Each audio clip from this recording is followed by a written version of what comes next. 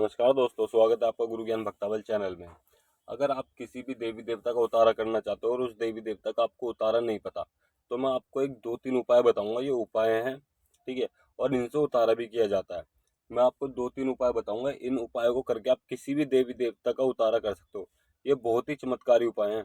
जैसे कि किसी व्यक्ति के ऊपर तंत्र क्रिया हो गई है, ठीक है, किसी का काम नहीं चल रहा, या फिर आपके खुद का काम नहीं चल रहा, आपके ऊपर तंत्र क्रिया हो गई है और आप भगत हो, ठीक है, तो आप किस तरीके से उतारा कर सकते हो, मैं आपको सब चीज बताऊंगा। सबसे पहले तो मैं आपको बता दूं, देखो, आप 5 बतासे और लौंग का जोड़ा लेके 7 बार उतार के किसी भी देवी देवता के नाम से आप बाहर रख रख सकते हो। या तो पथवारी पे, पथवारी किसे कहते हैं, पथवारी जिसे कि बाहर थान बना देते हैं ना देवी देवता का, वहां पे पथवारी होती है। आप वहां पे रख सकते हो, उनके किनारे पे कहीं भी, ठीक है। उसके बाद में आप 5 बतासे लौंग का जोड़ा आप कहीं भी चौराहे पे रख सकते हैं, या फिर किसी नदी नहर के किनारे रख सकते हैं, या फिर नाले के किनारे रख सकते हैं। और अगर आप जाए मतलब कि लौंग का जोड़ा और 5 बतासे नहीं है, लौंग का जोड़ा तो सबके घर में होता ही है, बतासे नहीं है, तो आप किस तरीके से कर सकते हैं। आपको क्या लेना, एक जायफल लेना और एक लौंग का जोड़ा लेना, तो उसे भी आप देवी देवता के नाम से उतार के जोत कपूर पे जला देंगे, तब भी उनके उस देवी देवता के नाम का उतारा हो जाता है। चाहे कोई भी तंत्र क्रिया हो, कुछ भी हो, ये छोटे छोटे उतारे होते हैं। 5 बतासे लौंग का जोड़ा लेके आप बाहर रख के आओगे, तो आप जिस भी देवी देवता के नाम से रख के आओ, उनके जो स्थान होते हैं, मतलब कि जैसे मान लीजिए किसी देवी देवता की बैठ पीर में होती है, ठीक है, किसी की मसानी में होती है, मतलब ये अलग अलग जगह पे सबकी बैठ होती है।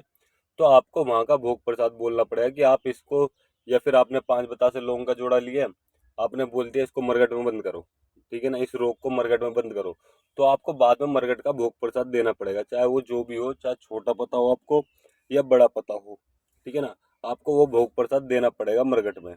और जो जायफल और लौंग का जोड़ा आपने लिया, वो जोत कपूर पे जो जलाया है, वो आपको उसी देवी देवता के नाम का देना पड़ेगा जिसका भी आप उतारा करना चाहते हो। मान लीजिए सबल सिंह बाबरी के नाम से आप उतारा करना चाहते हो, तो 7 बार उतार के उस व्यक्ति पे से उतार के जोत कपूर जला के उस पर चढ़ा दीजिए, एक लौंग का जोड़ा चढ़ा दीजिए, साथ में देवी देवता का नाम लेके, जिस भी देवी या देवता का आप उतारा कर रहे हो, ठीक है ना, नाम लेके आपने लौंग का जोड़ा चढ़ा दिया। उसके बाद में आपको बोलना है कि हम आपकी कढ़ाई बोतल देंगे, कुछ भी आप भोग प्रसाद ओढ़ सकते हो देवी देवता को देने के लिए।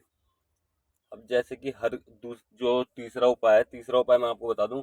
जैसे कि हर देवी देवता को लड्डू चढ़ते हैं, ठीक है ना, और हर देवी देवता को पेड़े चढ़ते हैं, ऊंट पितरों को पेड़े चढ़ते हैं।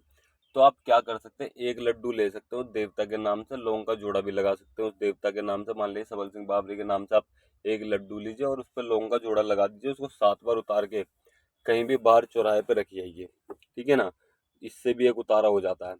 और साथ में आप जैसे पेड़ हो तो पितरों कर रहे हो, तो आप पेड़ उतार के रख सकते हो। ये छोटी छोटी चीजें बहुत काम आती है भक्ताई के क्षेत्र में, ठीक है। कई बार ऐसा होता है कि हमारे पास पूरा सामान नहीं है, सामग्री नहीं है।